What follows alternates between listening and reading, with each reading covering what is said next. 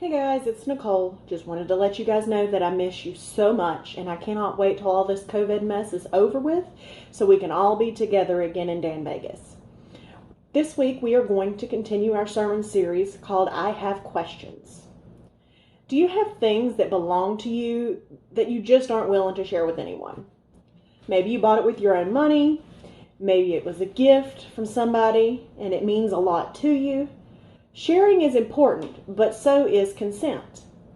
Nothing sucks more than when someone takes or uses something that belongs to you without asking first. Maybe you used your own money to buy lunch for yourself, and you set it on the counter to go use the bathroom or to wash your hands, only to come out and find out that your brother or sister has taken it for themselves. Today, we're going to learn about consent. Consent means to agree to do something or allow something to take place. We usually use the word consent to talk about dating or sex, but it applies to so much more than that. When consent isn't understood or applied, people get hurt. Consent matters because it boils down to how we treat people. I am constantly trying to teach my kids about consent. I remind them almost daily to ask for things before they take them or to do things before they do them. They love to eat or drink things without asking because they assume it's okay. And while it probably is, it is still important to ask because it shows respect and honor to the person that it belongs to. Consent is one tool that we use to keep our relationships in a good place. There is a message being sent today in today's culture that as long as two people consent, no matter what the topic is, that it's okay. We ask ourselves, will I get in trouble? And as long as both people consent, we assume that the answer is no. Instead of asking ourselves what we could do to build others up and treat them with respect, we ask, what is the least I can do to stay out of trouble? Maybe use just enough sarcasm when you're talking to your mom and dad to get your point across without sounding like a total jerk. Maybe you focus on the things that your boyfriend or girlfriend didn't tell you not to do. If they didn't actually say no, it must be okay, right? As humans, we are tempted to always do the least amount of good behavior that we should and to do the most bad behavior that we can get away with. Some of you know this because you have spent time with someone who is always trying to test the limits to see what they can get away with, or maybe you've done it yourself. Maybe you've been asked to send pictures that you don't want to send or been sent pictures that you would rather have not seen.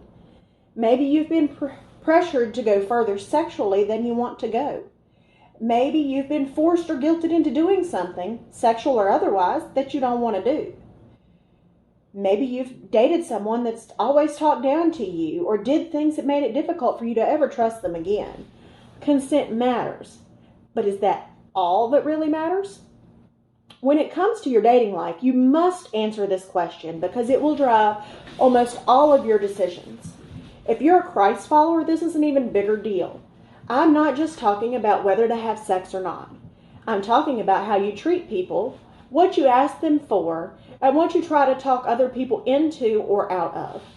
In Romans 12:10, Paul says, "Be devoted to one another in love. Honor one another above yourselves." Paul was passionate in his ministry about Christ followers treating each other well. Many of his writings focus on this exact truth.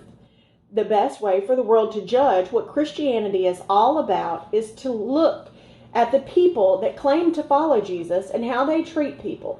In other words, the reputation of Christianity depends on the way that Christ followers represent him to the rest of the world. This may seem pretty basic to us, but in the first century church, people didn't look out for and protect one another like we do today. You know what it is like to be a part of a class, a team, or a group of friends where everyone only looks out for themselves. Paul is saying that there is a better way to live, and he has a good reason for doing it.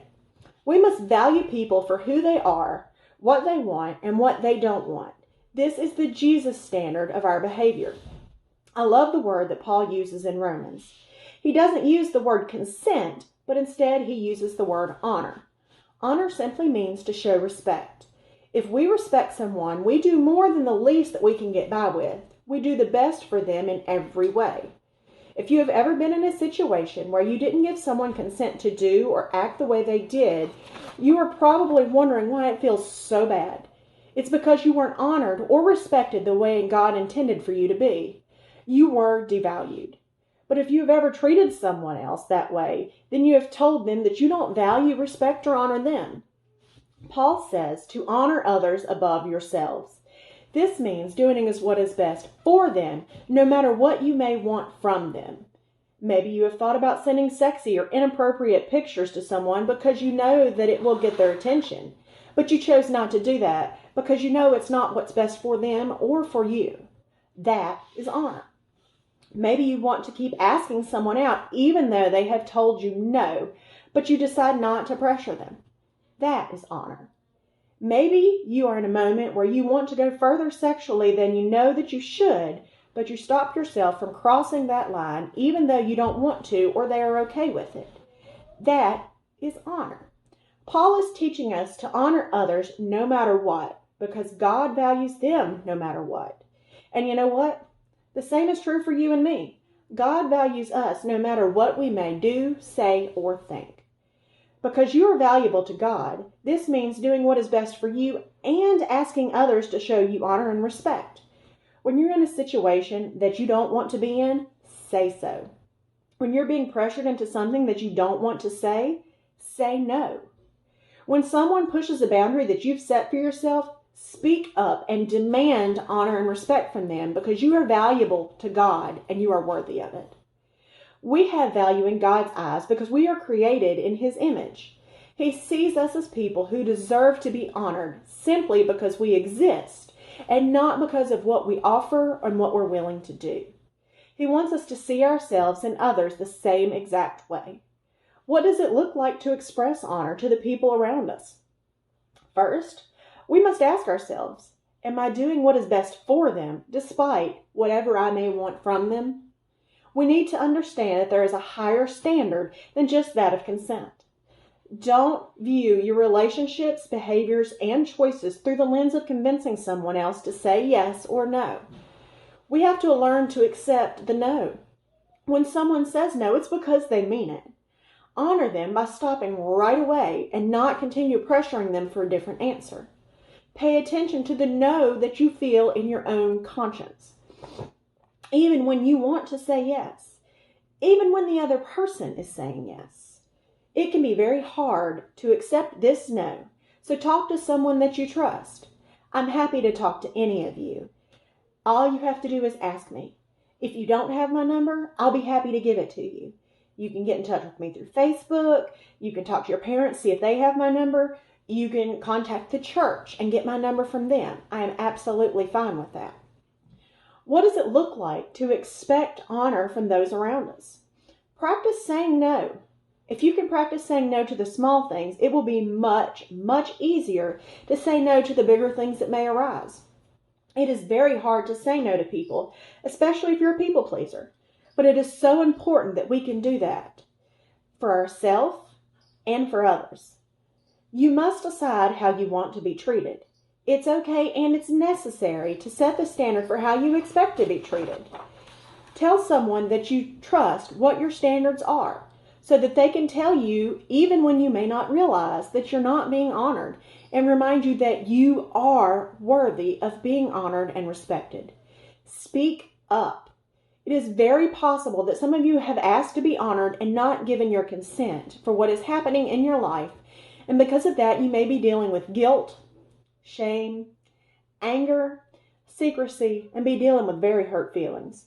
I absolutely hate confrontation, but sometimes it's necessary to confront someone and tell them and others how it made you feel. You may be the one to make a difference in how someone sees themselves and their worth by sharing your story. I understand that every situation is different and that in no way would we ever be able to touch on every situation that may apply in your life. But if you apply what we've talked about today, you can make a difference in your own life and the lives of others around you. You can talk about real life situations like these with friends and adults that care about you. Every one of the volunteers in Danvegas cares deeply about you. please reach out to us. Let us help you in any way that we can. That's what we're here for. We love you as Christ loves us. So, what does it really look like to expect and express honor?